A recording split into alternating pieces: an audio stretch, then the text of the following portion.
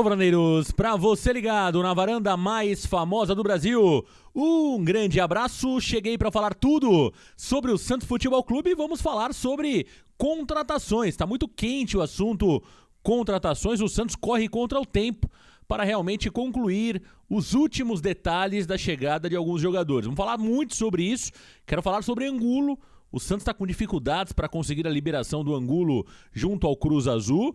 Vamos falar sobre Johan Rulio, ele que é aguardado já para exames médicos aqui no Brasil, e também sobre o Cedres, o meio-campista Rodrigo Fernandes Cedres, que já está inclusive aprovado nos exames médicos. Quero falar também sobre Marcos Leonardo, a punição do atacante que vai realmente afetar o Peixe nas 3 primeiras rodadas da Copa Sul-Americana, e tudo sobre o Santos Futebol Clube. Aliás, o Santos que tem plano B, caso o Angulo não venha jogar pelo Peixe. Tudo isso e muito mais aqui no Varanda. Deixe o seu like e se inscreva no canal. Meus amigos varandeiros, o Santos corre contra o tempo para inscrever os jogadores para a Copa Sul-Americana na primeira fase. O Santos tem até o final desta semana para realmente inscrever os jogadores para que eles possam jogar a primeira fase da Copa Sul-Americana.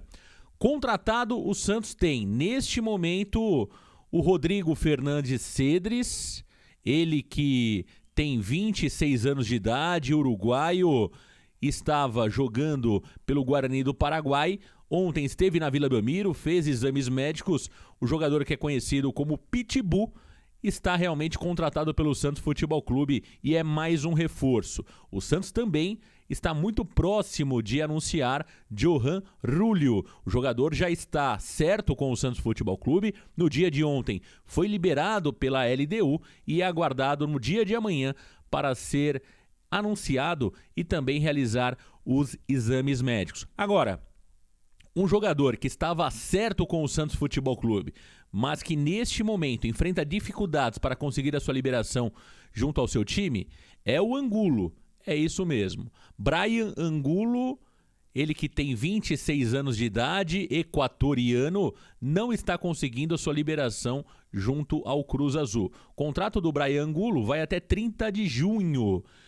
E o Cruz Azul faz jogo duro para liberar o jogador antes do término do seu contrato. Com isso, o Santos vai aguardar até o final do dia de hoje. O jogador tem tentado a sua liberação, ele quer jogar no futebol brasileiro, mas o time mexicano está fazendo o jogo duro. Se o Santos não conseguir a liberação e o Angulo não conseguir a liberação, o Santos vai partir para um plano B.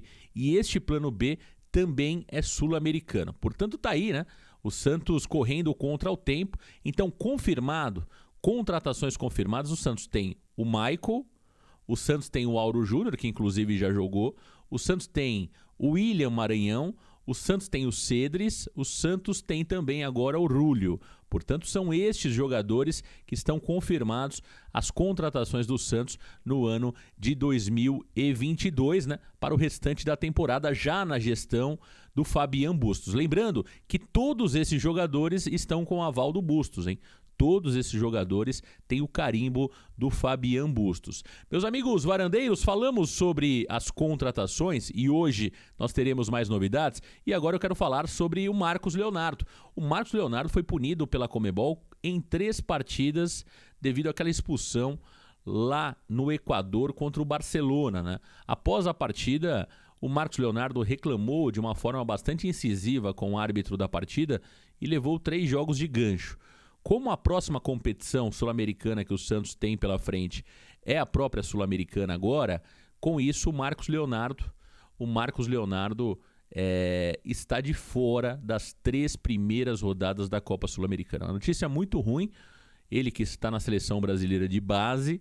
O Marcos Leonardo tem sido titular com o treinador Fabian Bustos, E de fato é uma notícia muito ruim, muito pesada a punição da Conmebol, O Marcos Leonardo deve ter ofendido até a 5ª geração da família do árbitro, porque 3 jogos, olha, fazia muito tempo que eu não via uma punição tão pesada. O Santos, inclusive, precisa entender o que aconteceu, Porque é uma punição muito pesada para uma expulsão que aconteceu após a partida. O Santos realmente paga o preço aí de não ser um time forte nos bastidores, Com certeza, eu duvido que isso aconteceria com outros times aqui da capital, O Santos tem pouca força nos bastidores, essa é a grande verdade. Meus amigos varandeiros, ontem o Santos descobriu o seu próximo adversário na Copa do Brasil, o Santos que vai ter pela frente o Curitiba, mas vai decidir a sua vaga em casa, na Vila Belmiro. Portanto, o Curitiba será o próximo adversário do Peixe. As datas dos confrontos ainda não estão definidas, né? É um confronto bastante equilibrado. O Curitiba que vive um grande momento, né? Tá bem no Campeonato Paranaense. Portanto, é um jogo sim difícil, mas eu entendo que o Santos tem todas as condições de passar para a próxima fase da Copa do Brasil. Lembrando que o Curitiba tem um atacante Aleph Manga, né? Que há pouco tempo atrás fez de tudo para jogar no Santos Futebol Clube. Repito, acho que vai ser um jogo gostoso de se ver, mas o Santos tem totais condições de passar para a próxima fase da Copa do Brasil. O Bustos que segue treinando o time para a estreia na Copa Sul-Americana, que é no dia 5.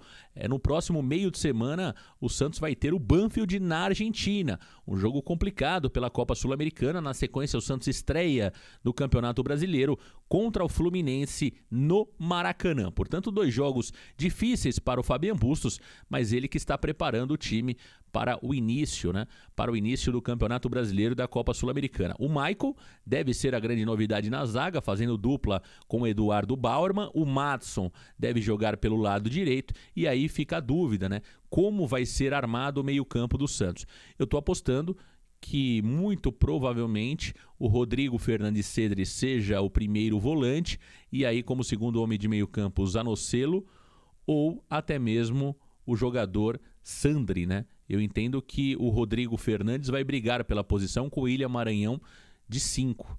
Não acredito que joguem juntos Rodrigo Maranhão e Rodrigo Fernandes Cedres. Não acredito que os dois possam jogar juntos. Mas vamos aguardar como será, né, esse meio-campo com o Fabian Bustos.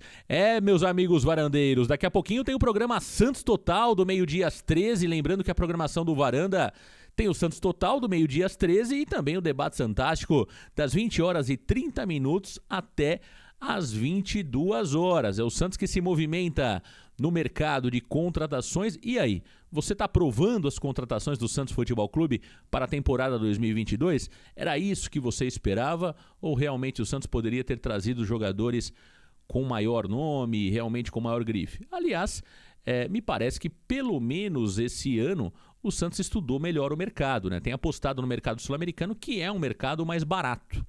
Se os jogadores vão vingar é uma outra questão, mas ao menos estamos vendo que o Santos estudou alguns nomes, tinha opções e realmente está tentando reforçar o seu time, mesmo com a limitação financeira que o Santos possui, né, diante do cenário de dívidas que o clube enfrenta. Falando em dívidas, o Rueda deu uma entrevista no final de semana falando que a dívida do Santos atualmente está em 200 milhões de reais.